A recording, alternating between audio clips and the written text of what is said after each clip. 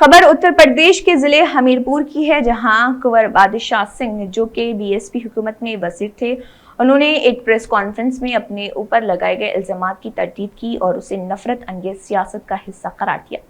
उन्होंने कहा कि ये जमहूरियत के लिए अच्छी शुरुआत नहीं है।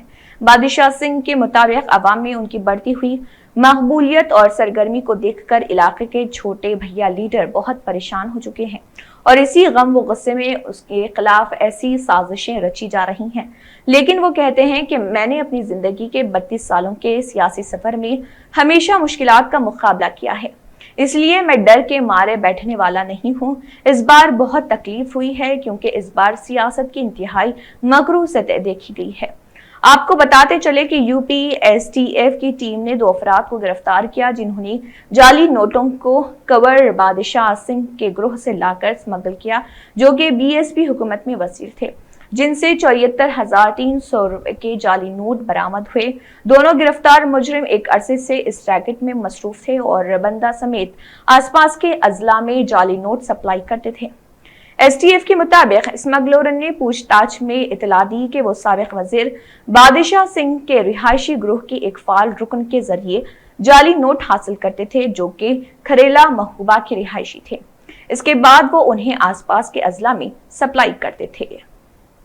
हमारे ऊपर कोई भी आरोप लगा सकता है और मैं अपने राजनीतिक जीवन में इस तरह के आरोपों को लगातार झेलता रहा हूँ, पर मुझे इस बात की समाचार पत्रों वालों पर से भी पीड़ा होती है कि कोई मामला है उनको हमसे भी पूछना चाहिए। जिस फार्म हाउस की ये बात कर रहे हैं वहाँ 250 प्रकार की दुर्लभ प्रजातियों की जड़ी बूटियाँ लगी हुई हैं।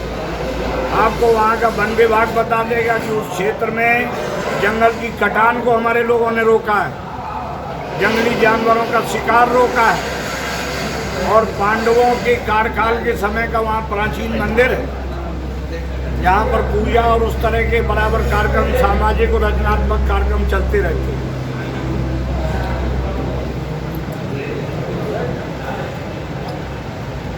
मन में एक मुझे आक्रोश भी है और एक पीड़ा भी है। हम उन लोगों में से हैं जो मैदान से पीठ दिखाकर भागना ही नहीं जानते। उन छोटे भाइयों को मैं सावधान करना चाहता हूँ कि ये 21वीं सदी का बुंदेलखंड का जागरूक नौजवान और हमारे बुजुर्ग मतदाता मेरे बारे में उतना ही जानते। मैं एक खुली किताब हूँ, बताने की ज़रूरत नहीं है। मैं आज दावे के साथ कह सकता हूँ कि पूरे बुंदेलखंड में सबसे ज़्यादा चरित्रवान, समाज सेवा करने वाले और सिद्धांतवादी नौजवान और बुजुर्ग मेरे पास हैं। तो मैं उनको कहना चाहता हूँ कि जनता के बीच में आकर अपनी उपलब्धियां बताएं और मुकाबला करें। हम उन्हें उसके लिए तैयार हैं। मैं अपने राजनीतिक जीवन में सच्चाई के लिए हमेशा अग्नि परीक्षाएं देता रहा हूं और हर एक में मैं खरा उतरा हूं। मेरा तो सवाल जाने दीजिए। मैं इस बात के लिए कहता हूं कि जो मेरी इतनी टीम है पूरी, उसमें भी अगर कोई आदमी किसी गलत काम में कभी संलग्न रहा हो तो उसका नाम बताए। हमारे लोग सबसे चरित्रवान लोग हैं।